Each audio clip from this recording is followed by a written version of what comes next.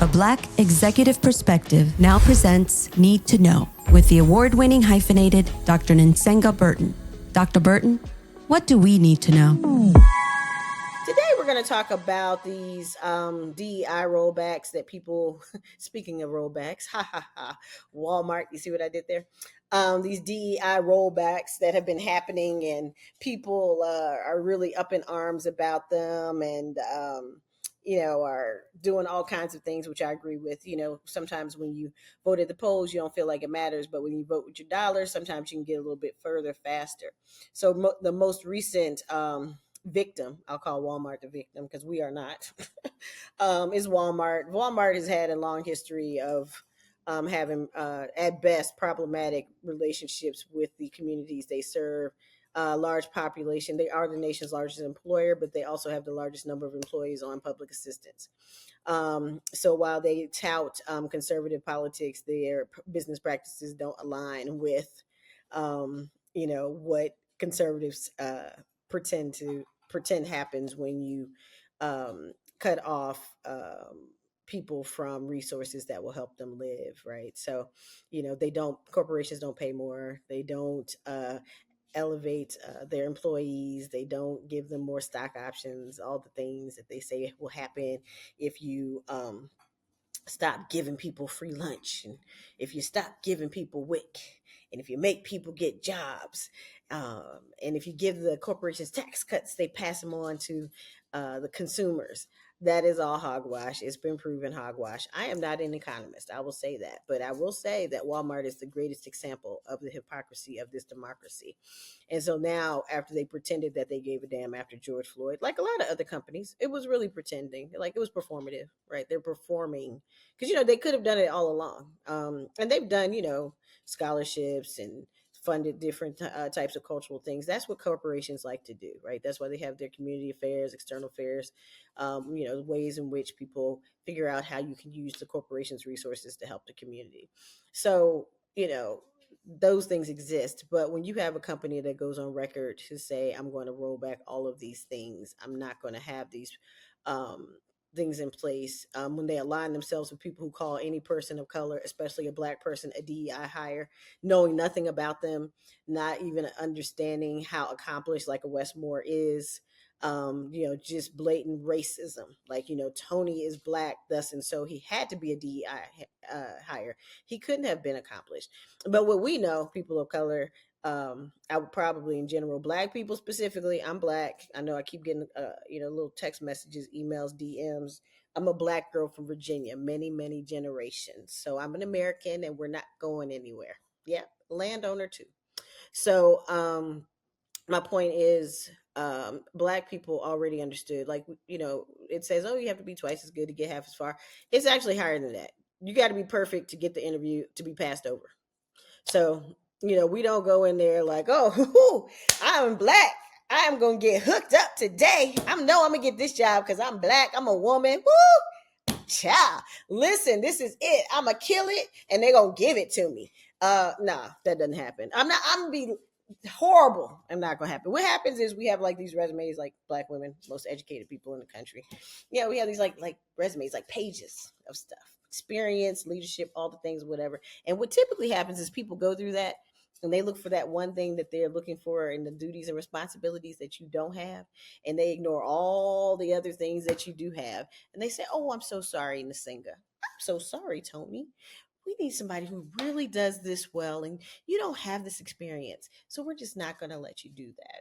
And see, they don't really understand that, as they hire their friends who have no qualifications, and might have only one thing that they have, where they're like, well, Biff, he can learn all the other stuff. He's like a bright guy. He can learn it. So let's just give him a chance. It's a probationary period. What's the worst that can happen?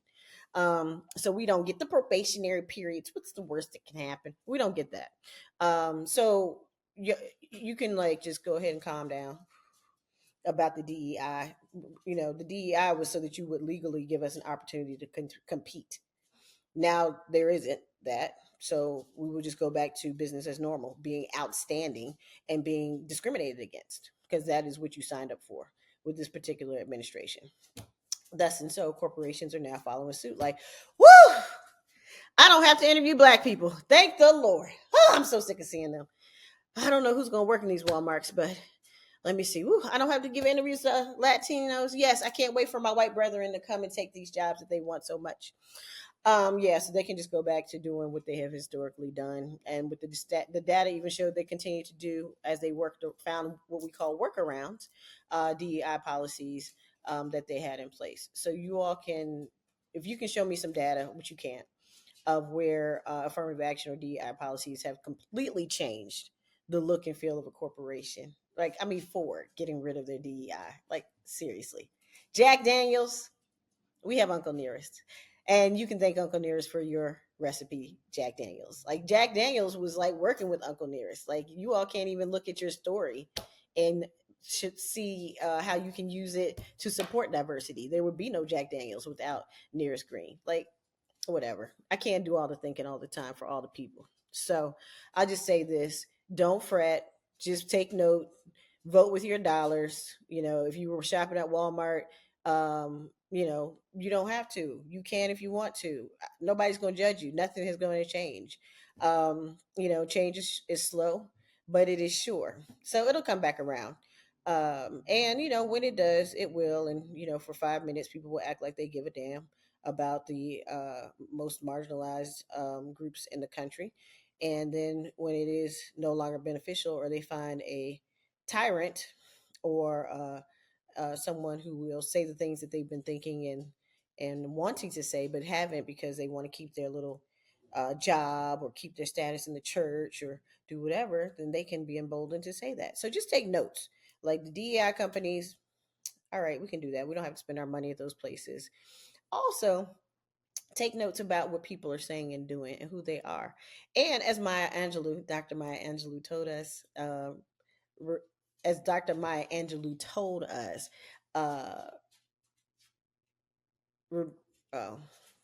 I'm getting two of them confused. Hold on. As my Dr. Maya Angelou told us, in so many words, people will show you who they are and remember who they are, right? They remember who they are the first time. It's something like that. You will correct me in the comments, I'm sure. But remember who they are. Remember who they are. And then the last thing with this too, this period of time is going to be very interesting. There are going to be lots of people breaking up. There'll be couples. There are going to be people leaving churches. There's going to be a lot of stuff happening. But there's always an opportunity for new and amazing things. So I just want you to just keep hope alive. You know, when one door closes, another door opens, windows open, and it gives you the opportunity to really create and to think differently about what you want your life to look like. So that's it. And I just wanted to put to rest that little pesky rumor that people of color in general, Black people specifically, were relying on those DEI policies for jobs. Yeah, we're just relying on them for interviews that you would then just use to collect data and do nothing with, and then choosing who you really wanted anyway, and pretending that we weren't here. Because, you know, you didn't see us. You don't see us. But we see us. And we know what we're capable of, and we'll continue to thrive with or without policies or laws that are in place. So without further ado, tune in next week to a Black Executive Perspective podcast. I will see you then. This is Need to Know with Dr. Nsenga Burton. Toodles. A Black Executive Perspective.